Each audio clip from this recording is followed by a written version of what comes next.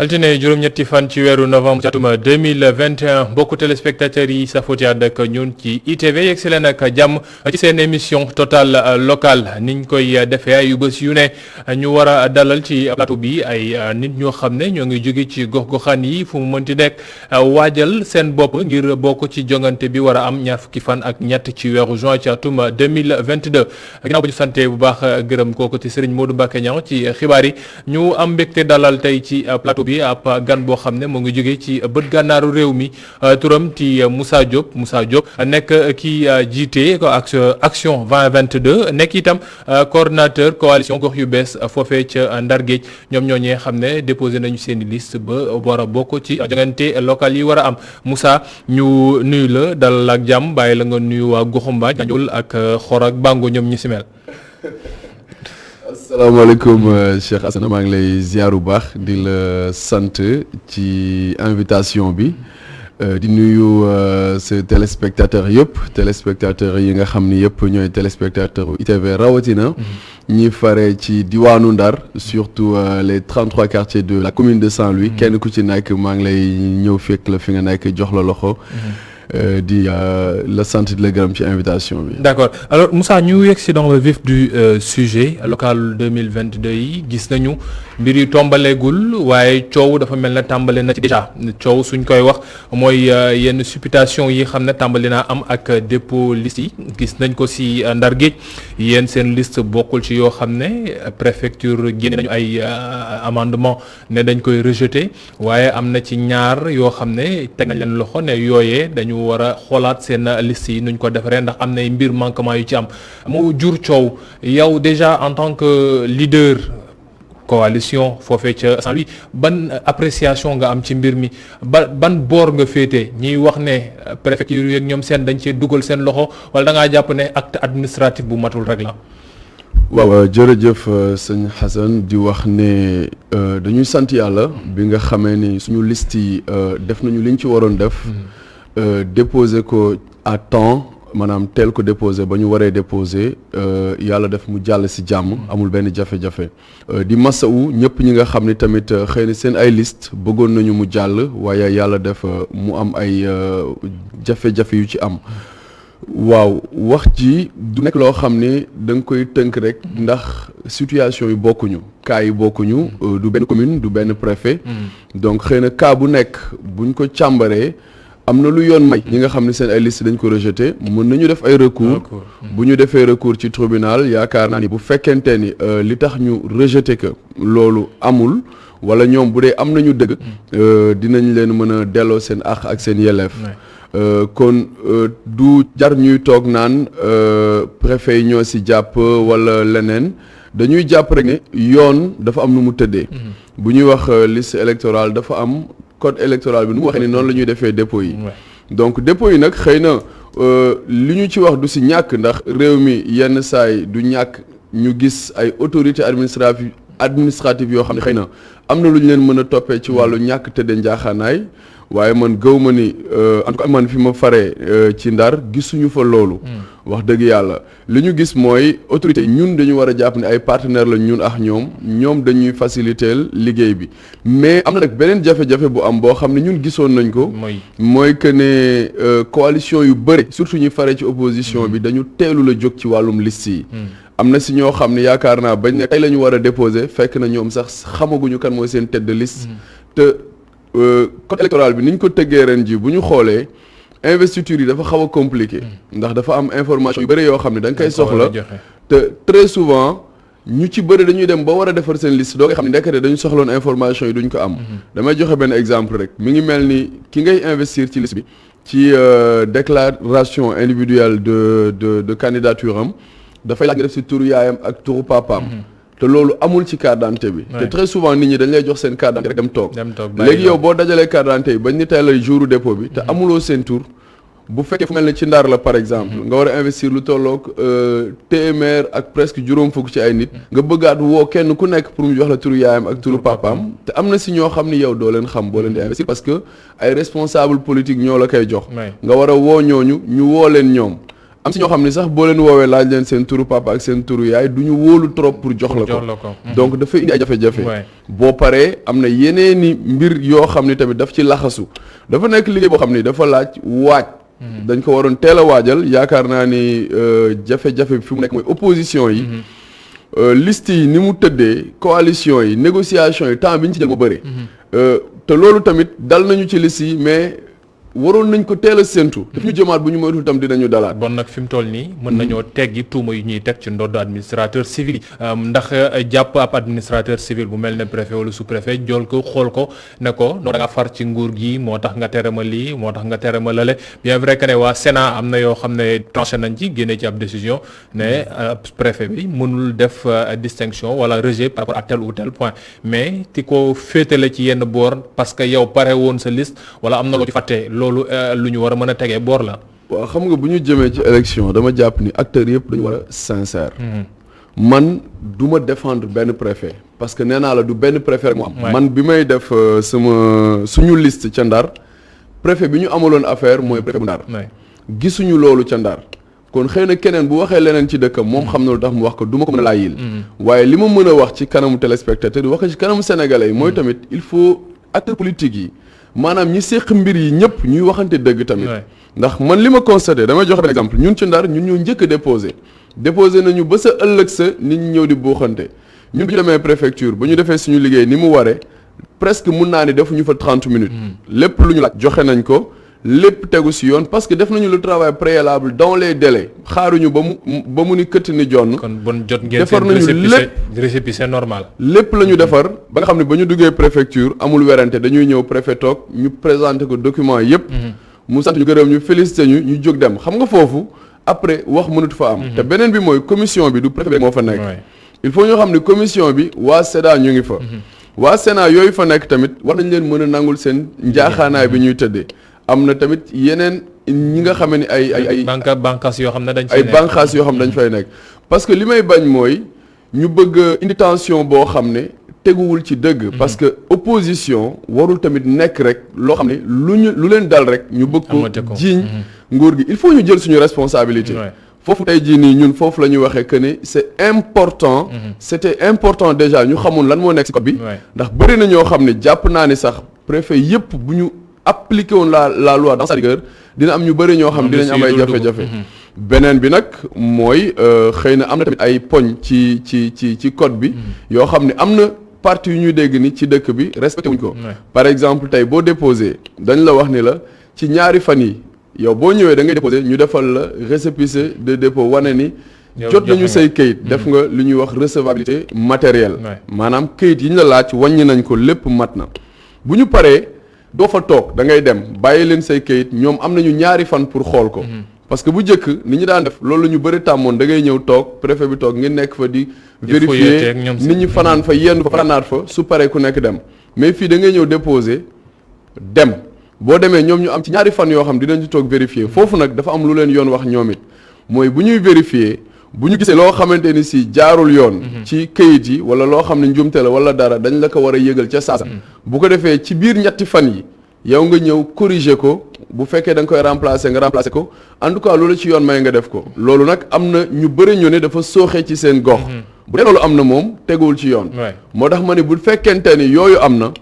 tribunal moom moo am compétence juger ko benn par benn parce que cas bu nekk ak nu mu tëddee cas bu nekk ñenn ñi ay suppléant la ñu manqué ñenn ñi comme ni nga ko waxee turu papa yeeg turu yaay yi yooyu moo ci nekkul kon nag yooyu ay mbir yu ñu war a mottali la rek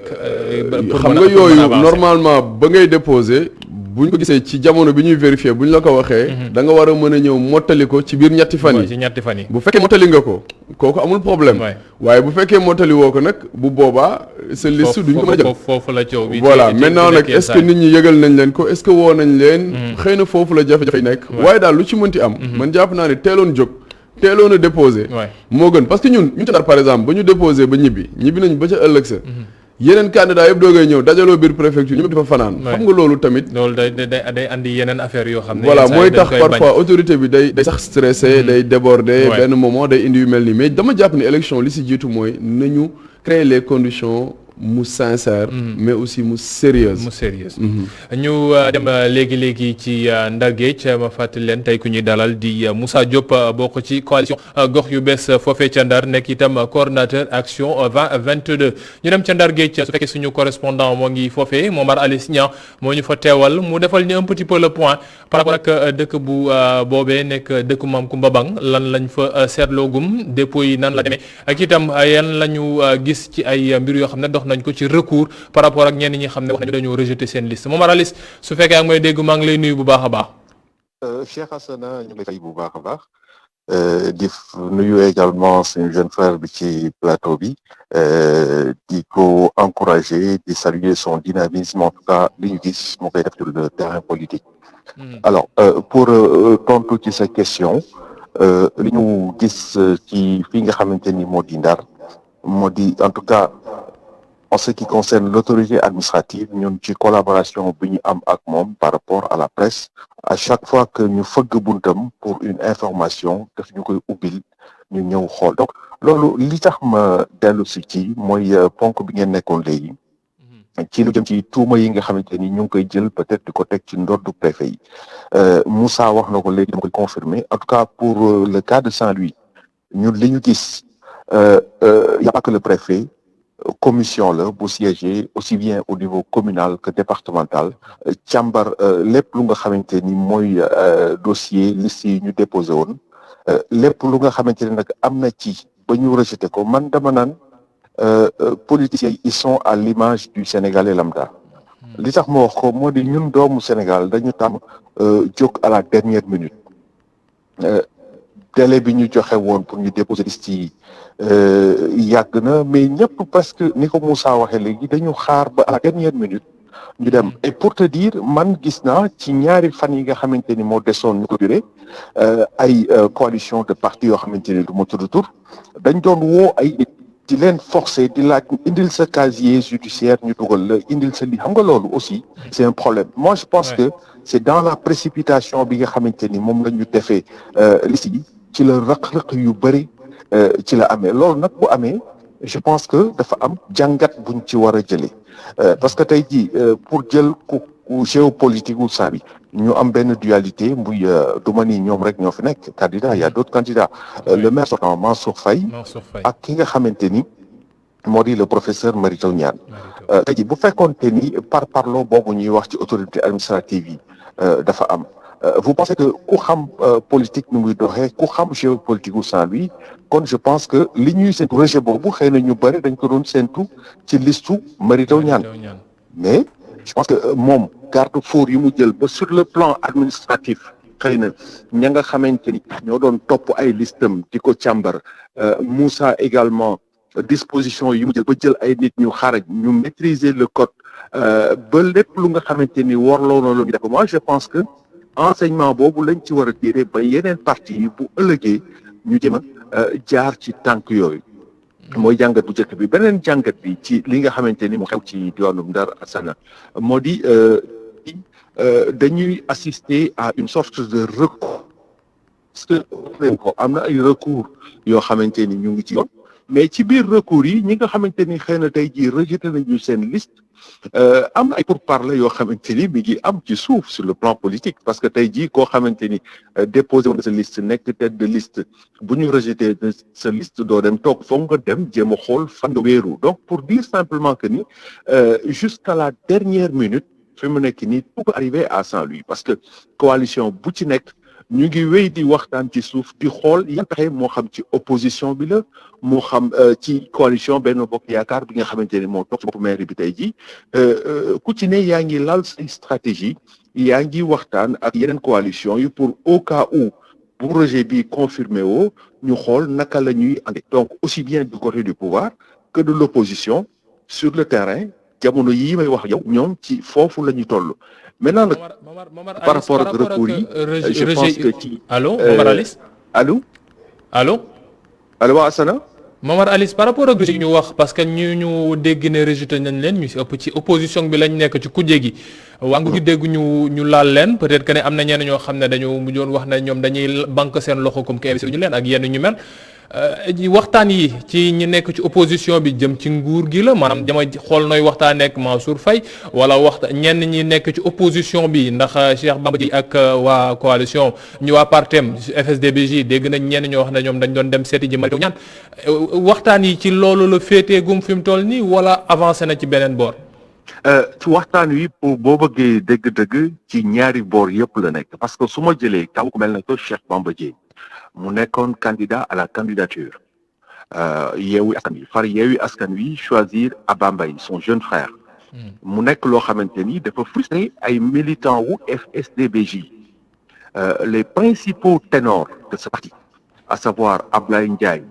qui était le directeur de cabinet de Bamba Dièye bi mu nekkee maire donc jege ko lool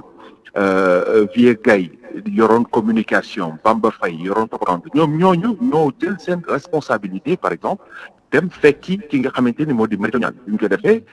Bamba il a dit que lui il reste dans Yewwi Askan Wi donc mu nekk un désaveu ci jàngat boo xamante ni les militants du FSD/BJ dañu désavouer ki nga xamante ni moo di seen leader alors tey jii majorité FSD/BJ bu fekkee nañ dem ànd ak Mary Teuw Niane kooku c'est un acquis mais li ma lay wax ci waxtaan yi moo di tey jii boo xoolee ku mel na que Ahmed Fall Baraya nga xamante ni dafa demoon avec la grande coalition Gëm Sa Bopp bu Bougane Gueye tey jii ñu rejeté seen liste déposé nañu recours ñu ngi xaar recours boobu bu jàllee Baraya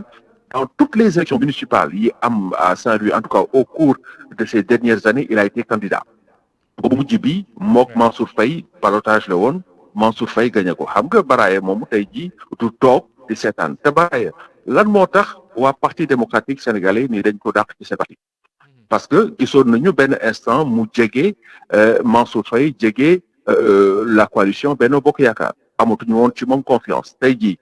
Baraya boobu est-ce que dafay dem ñëw confirmer loolu ànd ak Mansour Faye ci élection yi parce que lépp politique la wala est-ce que Baraya dafay radicaliser wu dem ànd ak opposition bi mu nekk une question ouverte boo xamante ni jusqu'au moment où je te parle muy ñaari parti yëpp ku ci nekk yaa ngi may non Baraya ku ci nekk yaa ngi jéem waxtaan ak Baraya parce que quoi qu'on dise fi mu dëkk muy Langue de Barbarie dafa am un poids électoral assez important mais il y a pas que Baraya boo xoolee l'ancien président de la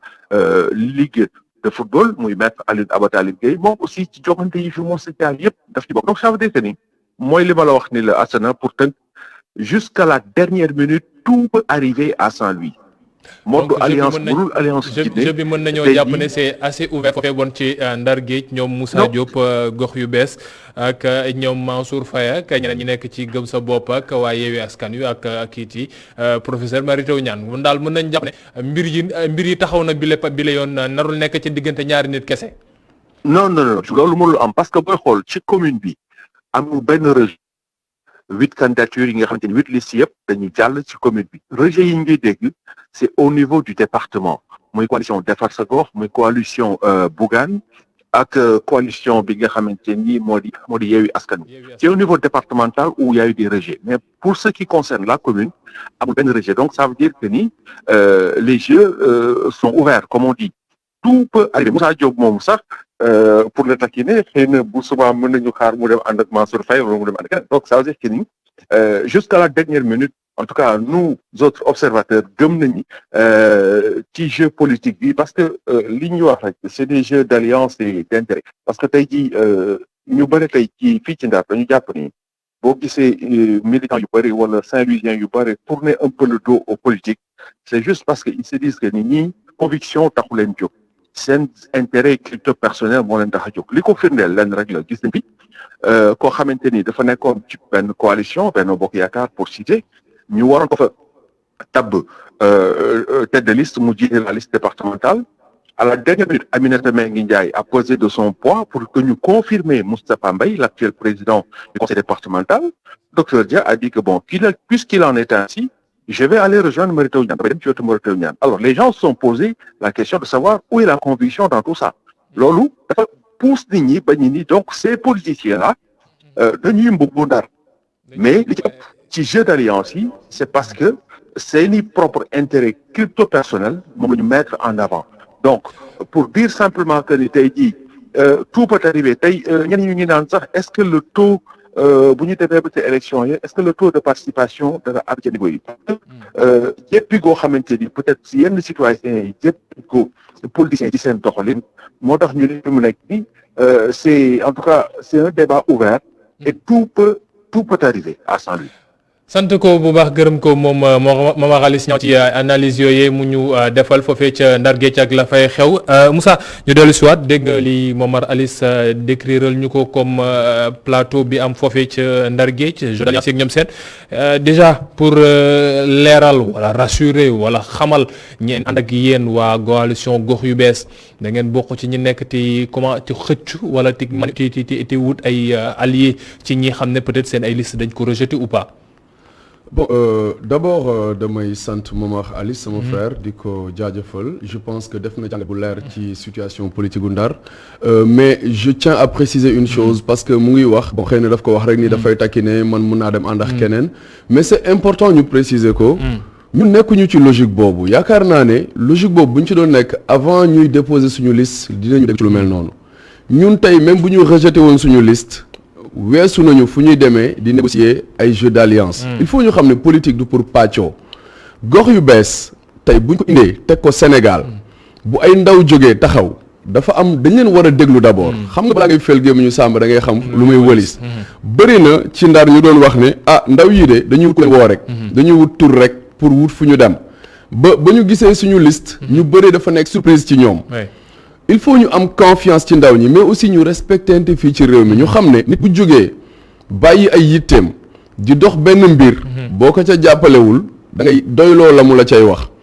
xam nga tey ñun weesu nañu moos du ñu dem ba ñu valider suñu liste ñuy jublu ci wàllum campagne électorale ñu ñuy wax ay waxu jeu politique ak jeu d'alliance comme ni mu ko waxee bu fekkee politiciens yi dañu dem ba nekk ay nit ñoo xam ne ay xusma njàpp lañu gëmatuñu dara lépp lu ñu def pour seen intérêt bopp la loolu ñun gëmuñu loolu ñu dañoo jàpp ne politique mais jeu d'alliance ci politique la bokk du càggante fu mbirub ne sa intérêt la wala da ngay wut foo téye sa bopp. mais ni ñu ko waxee nii ni ñu ko gisee non peut-être benn exemple bu mu jël moom moo mën a feeñal loolu mais par rapport ak dëkk bi muy doxee yéen soo leen gisoon ne Braya am na loo xam ne mën na leen jàppale tam moom fi mu toll nii listam yóbbu nañ ko ci rejet moom war naa dem xool nu muy defee ak recours am ngeen gis ne mën ngeen liggéey ak moom. loolu du jeu d'alliance loolu réalité politique la. oui da ngay toll foo xam ne. politiquement nit ki dafay gis ne xëy na nii la mën a doxee c'est-à-dire que c'est le terme jeu qui me dérange parce que politique dafa sérieuse pour man il faut qu'on se prenne au sérieux tey bu ma déggee ni ñuy présenter yëf yi et que même ni yëf yi di demee sur le terrain comme ni mu koy waxee da ngay gis parfois ay alliance contre nature ñaari nit ñoo xam ne àdduna waruloon yàgg ba ñu ànd ndax bokkuñu lu ñu gëm mais bëgg paccoo mbir yi wala bëgg xeex wala defante ñoom ñu ànd maanaam day dem ba politique bi dootul gëm dara loolu nag ñun bokkuñu ci doxewuñu noonu dugg ñu ci yu mel noonu ñun dañuy def politique parce que choix la et je pense que dañu war a laaj lan moo tax ñun ñuy def lii lan moo tax ba ñu demee ba ni dañuy def liste gis nga liste yi jàllale sa liste ci élection yi lu jafe la woon parce que dama ko wax dafa laaj liggéey bu am solo taxawaay boobu yépp nag nit ki du koy def après ñu koy delloo siwaat rek ci ni politiciens yi moom fu ay weñ lañu fu tooy ñu tag loolu dañ ko war a bàyyi déjà damay commencer ci journalistes yi ñoom nañ ñu dimbale ci bu ñuy wax ci politique ñu am rigueur parce que am na yenn fait politique yoo xam ne ça ne mérite même pas d'être relaté tey am na loo xam ne échec politique la nit ki su ko defee jarul ñu koy jàppee jeu politique loolu échec la tey fi ñu toll ci Sénégal mooy nit ñi dañu war a ànd ci dëkk jiital intérêt commun jiital intérêt dëkk bi tey fu mel ni Ndar la fa xew lu simple la ay nit ñoom ñoo bëgg ne dañu bëgg dëkk bi pour defar ko am ñeneen ñoo xam ne dañu bëgg rek bokk ci po mi maanaam ñoom po lañ ko jàppee alors que mbir mi lu sérieuse la dañoo jàpp ne tey dañoo jàpp ne gox yu bees lu muy indi mooy politique bu bokkatul ak calcul yooyu ñun ñàkk calcul ak ñàkk dugg ci yu mel noonu moo tax suñu liste ba mu jotee ñu tëj ko dem déposer ko nekk ñu dañuy bàyyi ba dernier jour ñoo ngi négocier kii ak kii nekkuñ ci benn négociation képp koo xam ne nag gis nga ne gox yu bees lii mu taxawal ci Ndar ci dëgg ci fulla ci fayda intéressé na la duñ la tëjal suñu bunt ci kaw ñu méngoo gis-gis rek gis-gis googe dina ci dellu si ci dernière partie seen bloc d'information ma fàttale tey ku ñu dalal di Moussa Diop jiital coalition gox yu bees foofee ca Saint-Louis ak nekkoon itam coordonnateur ba léegi sax action 2022 mbokk yi ñu dellu soit ak jàmm ci seen dernière partie bloc d'information la totale locale bi nga xam ne tey ñu ngi am mbégte dalal ci plateau bi Moussa Diop nekk ki jiite coalition gox yu bees foofee ca Ndar Géej alors Moussa sànq ba ñuy jeexal dégg nañ lu kii suñu ndaw mi ñu teewal foofu sax li moom Morales joxe comme cartographie jeu politique bi même su fekkee bëggoo ñuy wax jeu mais mbir mi nu mu tëddee foofu ci local yi déjà coalition gox yu bees yow mi ko jiite sans lui ko wax xam ne bëri na ay jafe-jafe ndaw yi seen liggéey industrialisation nekk loo xam ne dañ koy soxla avancée de la mer côté écologique nekk yoo xam ne soxla nañ ko transformation agricole ak yeneen yu ñu mel défi yu bëri la yéen en tant que ndaw est-ce que jàpp ngeen ne am ngeen li xam ne mën naa ñëw pour soppi xar kanam Saint-Louis. Merci beaucoup Alassane et je pense que laaj bu am solo la gox yu bees buñ ko waxee c'est pour déjà dire que dëkk bi dafa soxla ay acteurs yu bees pour mën a yees dañu am dëkk yoo xam ne dañoo màggate ndaw ndax ñun suñu dëkk yi boo xoolee bi ñu amee indépendance ak léegi yàggul waaye daanaka lépp ràpp na lépp màggat na parce que dafa nekk ay dëkk yoo xam ne comme xeetu recyclage la boo jëlee Ndar la fa tubaab yi bàyyi woon ñun bi ñu ñëwee moom la ñu recycler rek continuer ak moom te on n'a pas fait mieux que ñàkk fi bàyyi woon du coup chaque jour dañuy dox vers la dégradation de la ville Ndar dafa màggat Ndar dafa am jafe-jafe aujourd'hui mu méngoo ak jamono tey da ngay nekk Ndar toujours gars yi dañ koy wax ñu ni Faidherbe bu soo ko yeewoon foo ko mën di teg ci Ndar mooy doxal boppam ñibbi këram parce que dara changé wu la fi nekkoon rek moo fi nekk gox yu bees nag li ñu indi ci axe programmatique gi lay nekk parce que tey bu ñu ne Ndar Géej gox yu bees ci Ndar mi ngi sosoo ci action 2022 action 2022 li ñu doon wax toujours mooy suñu programme dañ koy décliner en 20 priorités 22 engagements et les 20 priorités devraient pouvoir répondre dañu waroon tontu ci jafe-jafe yi gën a jàmp ci li doomu Ndar yi di yëg ci ay jafe-jafe bëgg ku leen ko fajal ñu fal jafe-jafe yooyu déglu ci doomu Ndar yi proposer ci ay solutions ensemble ak doomu Ndar yi mu nekk benn pàcc suñu programme loolu lu mën a nekk la beneen bi gis-gis bi la Ndar fi mu toll nii dafa laaj ñu am gis-gis bu gën a leer xam ne Ndar yamatul rek Sindoone Looda Tenjigéen Pikine même quartier yooyu yëpp dañ leen war a transformer fondamentalement dañu war a waxtaan ak doomu gox yi jéem a saytu ci wàllum sociologie xam déjà Ndar nit ña fa dëkk tey lan mooy seeni besoin lan la ñu soxla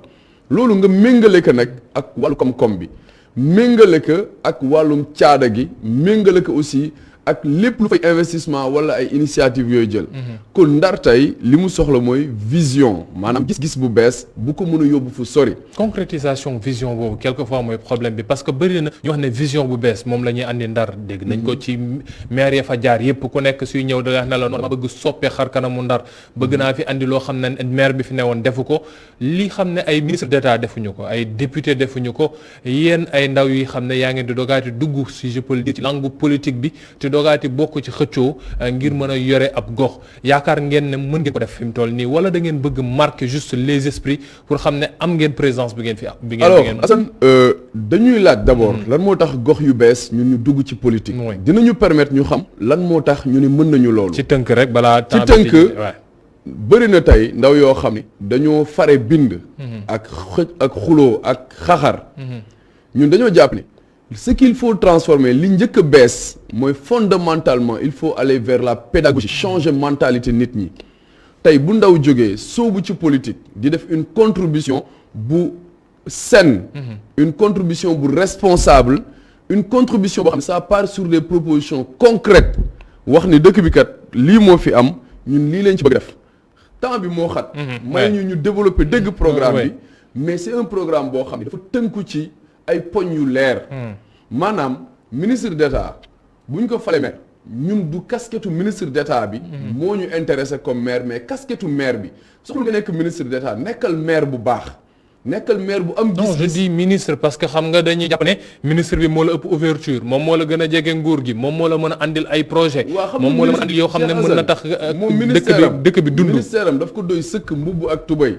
yow maire bi nga nekk ministre nga bañ ko nekk pour man tu es d'abord maire sa mbubbu maire boobu li dëkk bi di xaar ci yow mën na la ko may ci kaw nga xam ko maanaam fi may waxee mooy gis-gis bi maire war a am fulla ak fayda mu am ci taxaw waaye aussi organiser wu ba xam yan outils la am